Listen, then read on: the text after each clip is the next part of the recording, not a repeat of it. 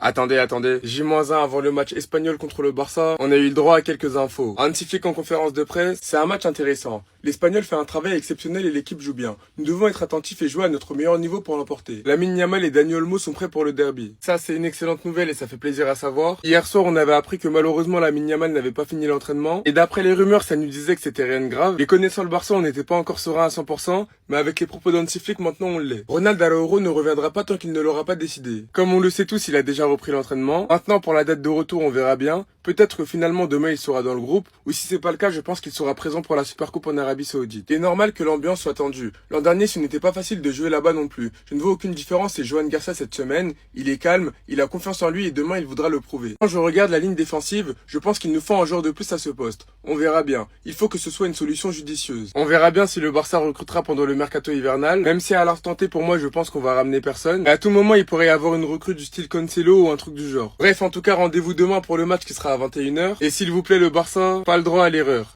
Sorti plus tôt à l'entraînement parce qu'il était malade, il est finalement bien présent et sera là demain, vous en faites pas. Les dernières infos concernant le Joanico, concernant le derby de demain, on en parle tout de suite.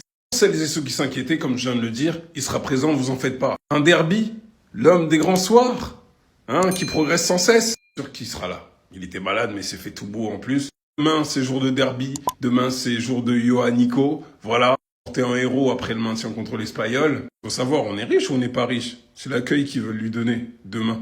Pedri est là également de retour, ce qui veut dire qu'il va être probablement titulaire. Concernant l'arbitre, ça va être un Catalan. Donc là, il n'y aura pas de Mon nom est Victor Garcia Verdura. Voilà, c'est lui, il nous a déjà arbitré, mais sa tête ne me rassure pas. En tout cas, ça va être un match particulier pour monsieur Johan Garcia. Et merci, on a fait le bon deal parce que jusqu'en 2031 pour 25 millions, waouh. Il nous a sauvé tant de fois, là, c'est tellement à l'image. Johan Garcia qui sauve le Barça contre Villarreal, si on a un clean sheet, c'est grâce à lui. Ayo, si on fait match nul, c'est grâce à lui. Performance qu'il est capable de sortir avec des 100% de passes. Ça va être fou même en Ligue des Champions parce que le 2-0, c'est surtout grâce à lui. Sur la continuité de ce qu'il a fait de fou, je crois qu'il a apporté plus de 8-10 points pour sauver et maintenir l'Espagnol, quoi. Pourtant, les joueurs, j'ai pas l'impression qu'ils lui en veulent d'être venus au Barça, contrairement aux supporters. En tout cas, c'est un autre contexte, contrairement à l'année dernière. Peut-être qu'on va le gagner sûrement, en tout cas. Mais cette équipe est 5e et faut pas la sous-estimer, l'Espagnol. Donc prenons les 3 points et rentrons. Taper les gens en Supercoupe là-bas. La première conférence d'avant-match de Hansi Flick de 2026, il vient avec de bonnes nouvelles. Il veut un défenseur, Lamine Yamal et Olmo sont prêts. Attendez, bougez pas, je vous explique. Je tiens à féliciter Manolo, car la façon dont l'Espagnol joue est incroyable. 5 victoires consécutives en Ligue 1. Ils sont agressifs, ils pressent bien, ils savent faire des transitions efficaces. Nous devons être prudents et donner le meilleur de nous-mêmes. Il est normal que l'ambiance soit tendue. L'an dernier, ce n'était pas facile de jouer là-bas non plus. Je ne vois aucune différence chez Garcia. Cette semaine, il est calme, il a confiance en lui et demain, il voudra le prouver. Dani Olmo a participé au match à effectif réduit aujourd'hui et sera disponible demain. Lamine Yamal également, aucun problème. Quand je regarde la ligne défensive, je pense qu'il nous faut un joueur de plus à ce poste. On verra bien, il faut que ce soit une solution judicieuse. On lui a demandé si Araujo est indisponible, il a répondu, c'est lui qui décide de son retour, je sens que tous ses coéquipiers le soutiennent. En tout cas, commençons l'année 2026 en beauté. Regardons dans notre assiette avant de parler de Madrid. Gagnons demain et après on pourra parler. Car dimanche, Real, Betis, sans Mbappé, ça pourrait être une belle étoile. Mais concentrons-nous sur notre derby. Confirmé par Flick, Dani Olmo et Lamine Yamal sont prêts pour demain. Ça les gars, c'est des nouvelles qui donnent le smile. Parce qu'on a certes des problèmes en défense, mais en attaque et au milieu de terrain, du choix les gars, on en a trop. Et franchement là les gars, on va kiffer. Dani Olmo a participé au match à effectif réduit aujourd'hui et sera disponible demain. Lamine Yamal également, aucun problème. J'espère qu'on va enfin pouvoir assister à une bonne concurrence entre Dani Olmo et Fermin Lopez. Ces derniers matchs sont un peu plus compliqués pour Fermin et on espère que cette pause a pu lui faire du bien. Et Dani Olmo était parti sur une bonne lancée mais malheureusement il s'est blessé à l'épaule. Il crée le penalty contre l'Atlético et il est buteur contre l'Atlético et il se blesse. J'ai hâte de voir comment Flick va gérer cette animation offensive car des joueurs il en a. Dites-moi dans les commentaires si vous étiez Flick, ce serait quoi votre 11 titulaire actuellement. Mais en tout cas entre Yamal, Rashford, Rafinha, Olmo, Fermin, ça va être un véritable casse-tête pour Flick. Bon courage pour mettre tout le monde d'accord. En tout cas, ce qui est sûr, c'est que si pour cette deuxième partie de saison, les joueurs sont épargnés par les blessures, on va se régaler. Flick a été clair en conférence, il veut un défenseur, il veut un joueur en plus en défense. Mais le Barça n'avance pas sur la piste Cancelo. Attendez, bougez pas, je vous explique. Flick en conférence d'avant-match, on lui a demandé s'il y avait de la place et s'il voulait se renforcer durant le mercato hivernal. Il a répondu, c'est une question difficile, je pense que nous ne sommes pas prêts pour le moment, mais vu notre situation récente avec les latéraux et les défenseurs centraux, je pense qu'il nous faut un joueur supplémentaire. Et nous devons en parler, il n'est pas facile de trouver un joueur de grande qualité sur le marché hivernal. On verra bien, mais je suis convaincu que nous pouvons faire quelque chose à condition que cet accord ait de la valeur. Ce qu'il faut savoir, c'est que le Barça pour l'instant n'avance pas dans le dossier Cancelo, contrairement à l'Inter, qui serait même mis d'accord avec Al Hilal, qui prendrait en charge une partie de son salaire. Maintenant, tout ce qui manque à l'Inter, c'est l'accord de Cancelo. Pour l'instant, la seule chance qu'on a, c'est l'amour que Cancelo a pour le Barça. Il va pas nous attendre tout le mercato hivernal parce qu'il doit partir à 100% de Al Hilal et jouer dans un club européen. On nous a aussi parlé de Ryerson personnellement, mais moi je suis plus hype par Cancelo. Il peut jouer latéral droit, latéral gauche, même dans un poste plus offensif. Il peut permettre à Koundé de rejouer dans l'axe, ou bien même d'avoir un joueur confirmé à gauche au cas où Baldé se blesse. Enfin bref, sinon vous les gars, vous en pensez quoi? Ramenez-vous sur l'importance, on s'ennuie. C'est peut-être ça la solution au milieu de terrain du Barça, les gars. Après avoir tout essayé, après avoir essayé Fermin, mais on voit bien à quel point c'est pas régulier.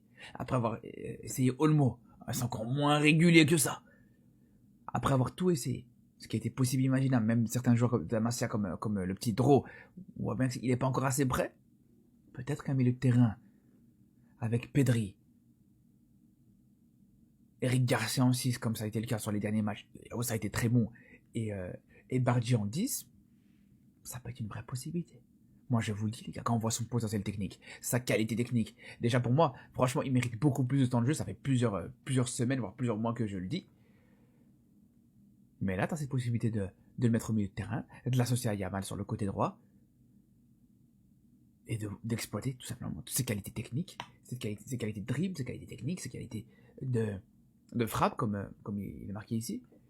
Pour moi, franchement, je pense que ça peut vraiment révolutionner ce Barça. C'est bien, ça prouve qu'au final, voilà, il y a eu des réflexions qui ont été faites dans cette mi-saison. Et j'espère vraiment qu'on verra ça sur le terrain. Le Barça qui, pour débuter 2026, vont affronter le derby, l'Espagnol de Barcelone. On a des petites actus, les gars, je vous en parle dès maintenant. Hier, on avait appris que Lamine Yamal avait quitté l'entraînement collectif 5 minutes après. On s'est tous posé la question de savoir si c'était grave ou non. Et heureusement, rien de grave, il était juste malade.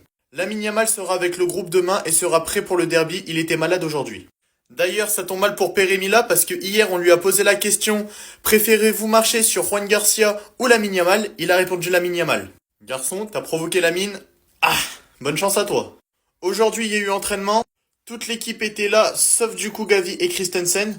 Lamine Yamal était de retour. Dani Olmo a lui aussi été présent. Et même des mations comme Dro, Tommy Marquez et Geoffrey Torrens. Comme je vous ai dit, Dani Olmo était là à l'entraînement. Il pourrait recevoir l'accord médical demain en cas de bonne sensation. Donc peut-être que Dani Olmo sera convoqué pour demain. Et bien sûr, la meilleure nouvelle, Pedri va bien recevoir le feu vert médical pour disputer le derby demain. Et ça, les mecs, ça fait grave plaisir. D'ailleurs, dites-moi ce que vous en pensez dans les commentaires. Les gars, dites-moi en commentaire sur ces 4 matchs, c'est quoi votre pire match là, le pire entre les 4. Et même, on va faire un classement ensemble. Avant de faire le classement, moi, je vais parler un français très limpide. Ne mettez plus des édits. S'il vous plaît, arrêtez de partager des édits du 4-3. Au nom de Dieu, je suis traumatisé. Dans ma vie, il n'y a pas grand-chose qui m'ont traumatisé comme ce match. Au nom de Dieu, rien que d'en parler, rien que de revoir le but de Rafinha, le François Mar... je sais plus comment il s'appelle. Les gars, au nom de Dieu, j'ai trop mal. Ce match-là, j'ai trop mal. Il m'a tué. Il fallait me voir à la 87e minute comment j'étais.